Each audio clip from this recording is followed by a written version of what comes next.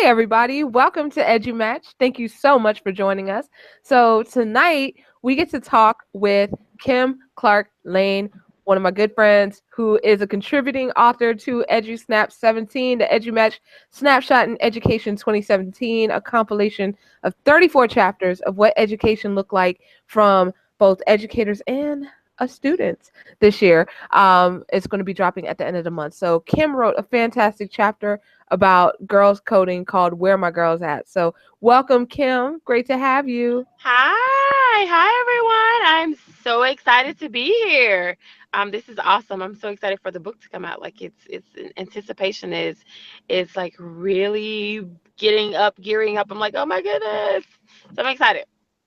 I totally feel you on that. Same here. Yes, yes, yes, yes. That is a Yeah, shared feeling. So, yeah. for those who don't know Kim, let me tell you a little bit about her. So, she began her career in technology education 11 years ago, gaining experience teaching students in grades K through 12 in Mississippi and Texas.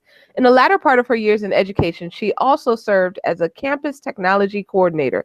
She has also served as a technology consultant for Schoolhouse 21 since 2011, and she serves as a guest technology consultant for the Global Academic Technology Essentials Teacher Institute at Mississippi State University. In 2016, she was selected as the third cohort of the TED Ed Innovators, and she currently serves as the 2017-2018 ISTE Computer Science Network president. Kimberly is currently a district blended learning specialist in Texas. She earned a BA in educational technology, an MED in secondary education, and an EDS in secondary education with a specialization in technology from Jackson State University. Wow, that is a lot. So Girl, you made it sound like I was really important. Oh my goodness. Thank you. you are, yes. So it's great to have you here. So tell us what inspired you to get into education.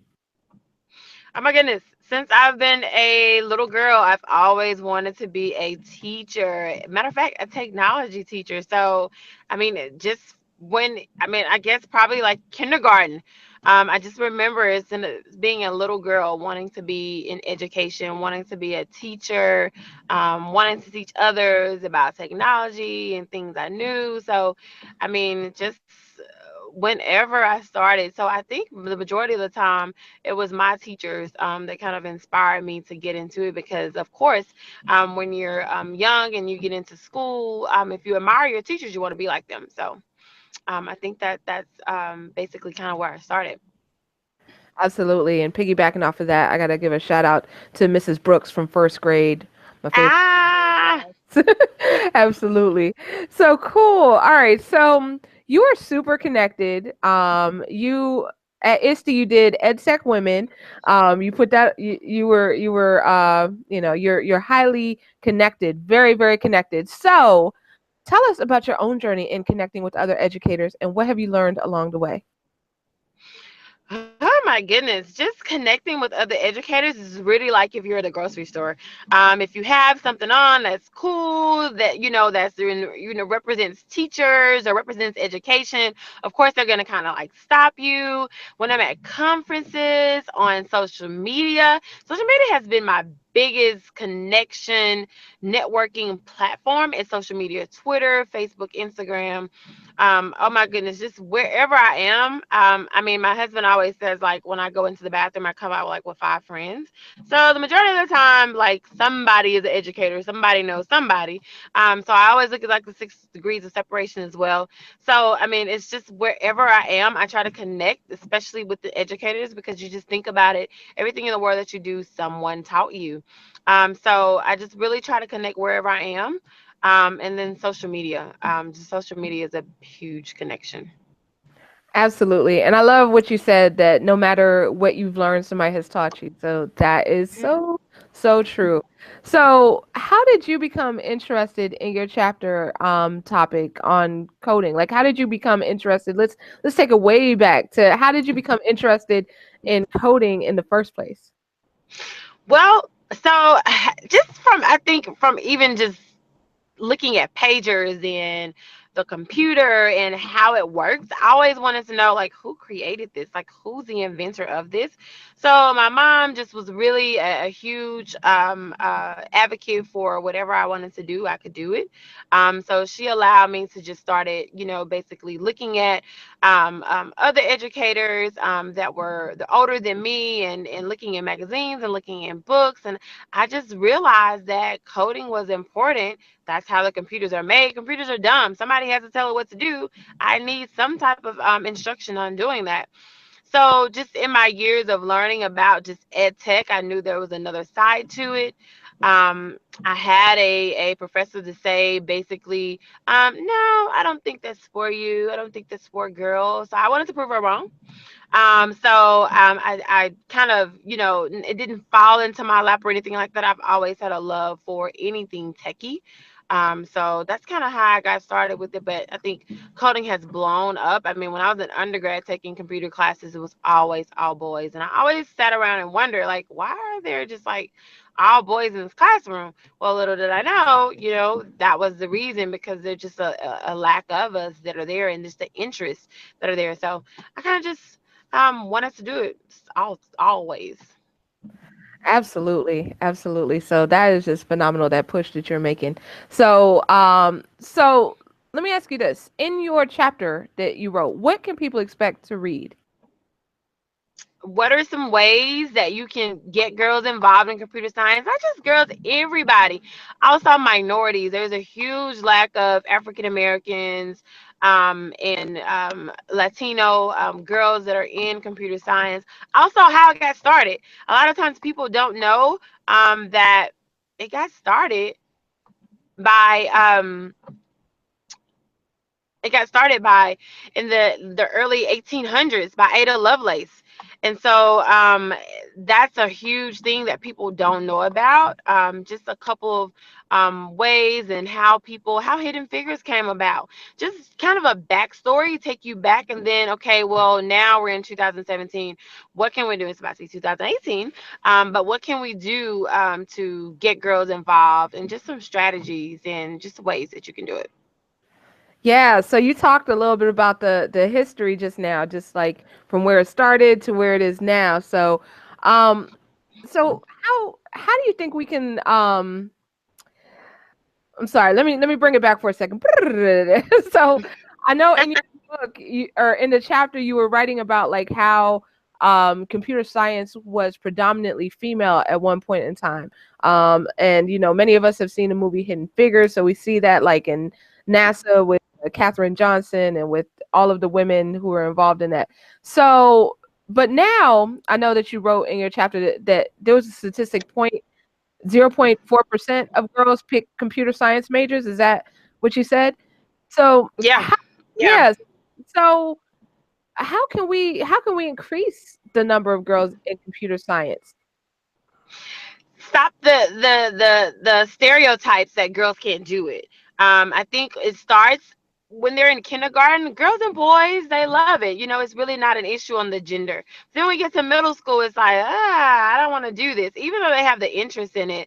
But we tend to, as society, push boys towards computer science and girls towards other things like being a teacher, being a nurse, just those little dainty things. And who says computer science is not dainty? Who says that you don't have to be in heels or whatever you want to be in any field of STEM in computer science? Just not computer science, but STEM, period. So I think that's what we need to do, is just stop and also be conscious of our own biases. I think sometimes we as adults have a lot of biases that we really don't know we have. I think this is human nature, but just be conscious of those, and why do we have them, especially when we're educating students, because they're like sponges. So they listen to whatever we say. We're their role models. So why not push them into a direction of whatever they want to be? Everybody doesn't have to be a computer scientist, but just giving them the opportunity, because I think once they get from middle school, they might be interested in getting into it, but then something happens from middle school to high school where their interests fall. So just showing the students that you can be a computer scientist in anything. You can be STEM focus in anything and STEM minded allows you to think differently. So just embedding that into everyday life whenever you're in the classroom. Absolutely. Like making that the fabric of your classroom. I love it. Hmm. Yeah, just really embedding it and integrating it. Great. All right. So just with your background in education, if somebody is watching right now, what general advice would you have for another educator? In regards to computer science or just education, Anything. period? Yeah, anything you want to share. Oh my goodness, become innovative. Start going on social media, looking at look you don't even have to tweet. You don't even have to go on a particular social media platform per se, putting your profile on there, but make it known that you're interacting with other educators. Look and see what they're doing. Students like engagement. And when I say engagement, the worksheet sit and get just doesn't work anymore for this generation. You have to learn how to help our students understand how it's going to interact in the real world, because kids always say, okay, why do I need geometry? Well, you need geometry, or you need reading, you need writing, you need these things, but make it interactive to where they understand, I can use geometry when, if I'm a construction worker or whatever the case may be, it is needed if you apply it correctly. So just become innovative. And you're saying, okay, well, what does innovative mean? How do I do this? Well, hey, I always use Google, Dr. Google, Google for everything. Just kind of Google some ways that you can become innovative, and you don't have to always use technology, because it's not like a magic bullet to help everyday life. But it does enhance the engagement piece into your classroom. Absolutely. I love that. And just I love that underlying message that anyone can bring innovation into their Hmm. practice. Yeah. Yeah, absolutely. So that is wonderful. Really love chatting with you. The time has flown. But if I people want to, know. yeah, it went by so fast. But where can people find you to connect with you online? So I am always everywhere. Ask a techno girl. So on Twitter, it's spelled ASKATECHNO girl. And there's like a little alter ego of a girl that's me. It's me in my techie space. So Instagram, Twitter, Facebook, Snapchat, always ask a techno girl. And you can reach me out at any time. You can also go to my blog, which is www.askatechnogirl.com as well. Sweet. That is awesome. So I know that our viewers are definitely they're definitely wanting to get in touch with you. So definitely connect with Kim. She is amazing. So as you all know, we're not going to have a tweet and talk this Sunday because it'll be the 24th. However, we will be having our Edu Snap 17 launch party on the 30th of the month. So definitely check out social media for more information on that. I think that that's the pin suite on the at EduMatch Books account that tells you more info on how to get in on that. The 31st, we will not have a tweet and talk because that's New Year's Eve and people will be turning up. So what we will be doing is that our next one will be on the 14th of January, and that one will be all about drumroll please gamification. So yes. So sign up if you want to be part of the panel podcasts.edumatch.org/sign up or watch it podcasts with an s.edumatch.org/tweet talk.